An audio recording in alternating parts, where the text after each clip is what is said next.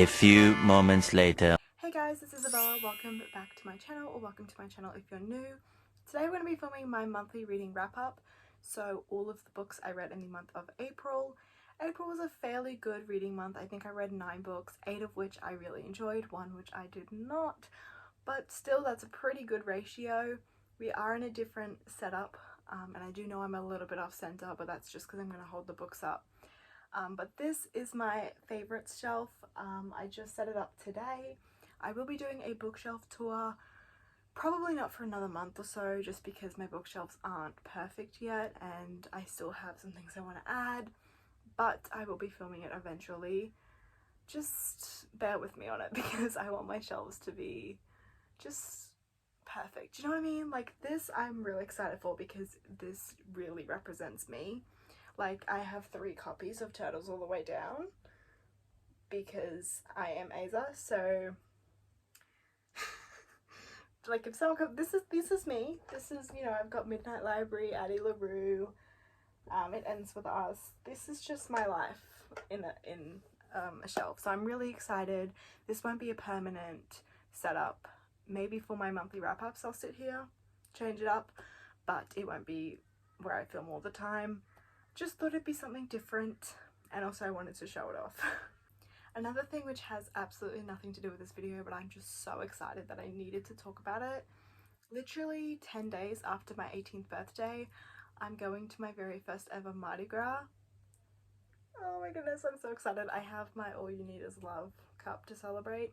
If you don't know what Mardi Gras is, it's like pride, drag queens, you know, the whole fun. Very popular in Australia. I've never gone because I am not 18 yet.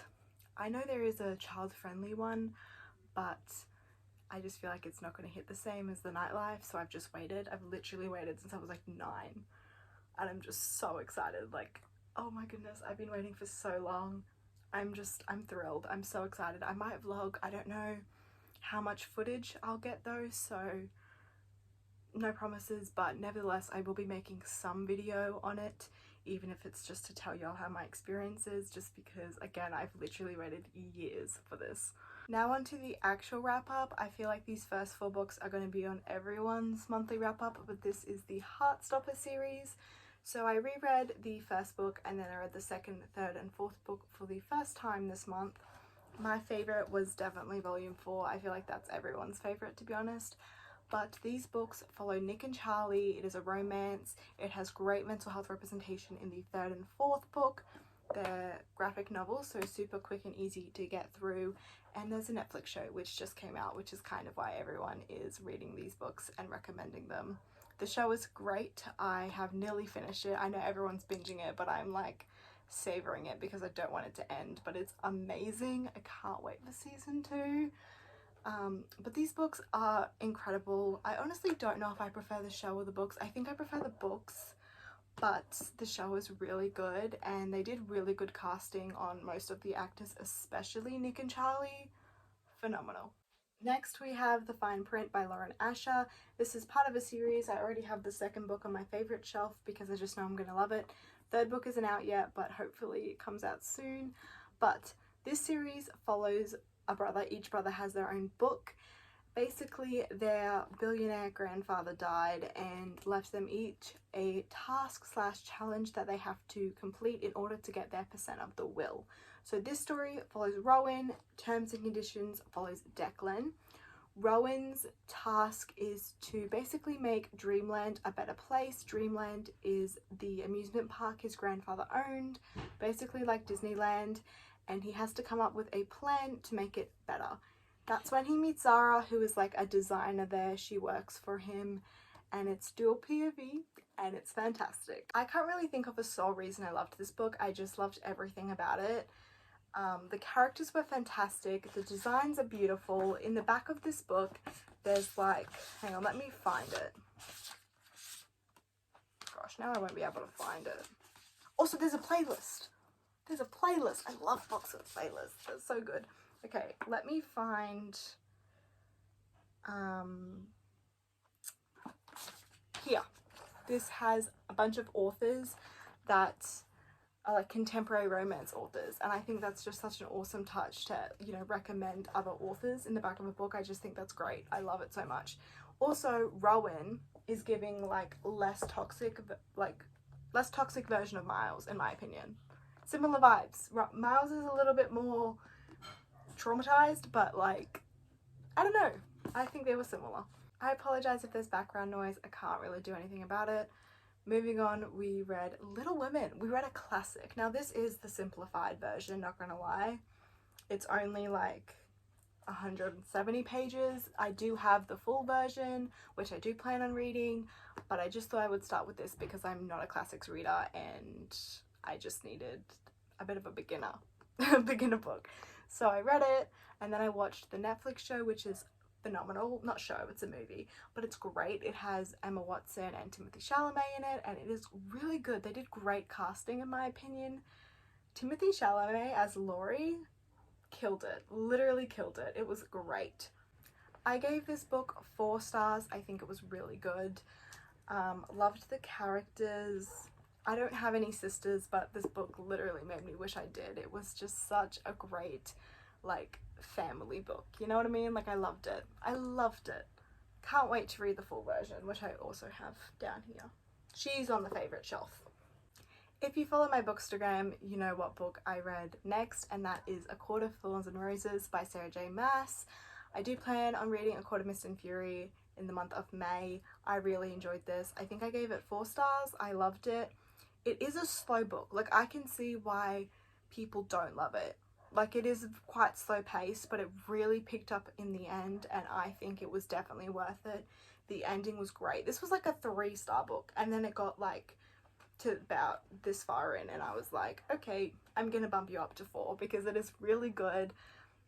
I love Tamlin, and everyone hates Tamlin, which tells me that something's gonna happen in A Court of Mist and Fury to make me hate Tamlin. So I'm kind of scared, but I'm kind of excited, and I love it. This was very atmospheric. I loved the world, and this is the first like fantasy book that I've actually used the map. I never look at maps, but I actually looked at the map quite a few times, so brownie points for that. The next book I read was a historical romance, and that is Dangerous by Amanda Quick. I got this thrifting. She's in rough condition, but it was really good. I did give this 4 stars, but I'm gonna be honest, I think I might bump it down to 3.5 just because, like, I don't remember anything that happened in this book. Like, I know there was a romance, I know there was a mystery element, but like, I don't even remember what the mystery was. So I feel like I can't really give this book 4 stars because I don't remember enough about it, but it is really good from what I remember. The romance was great.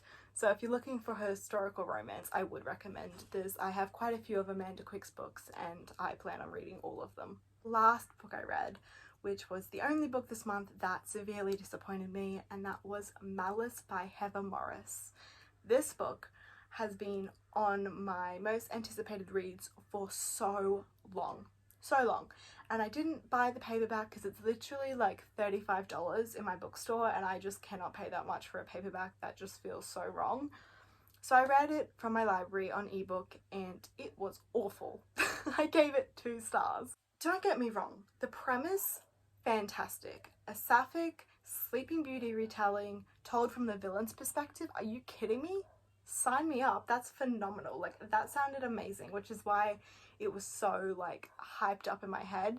And it's not even the fact that it didn't reach my expectations. I just feel like everything happened but nothing happened, you know? In this book you have the graces, which are like light magic, happy magic, you know, making people beautiful, and then you have the dark grace, which is Alice, who is evil, and she has green blood, and the others have silver blood, I believe. Was it silver or was it gold?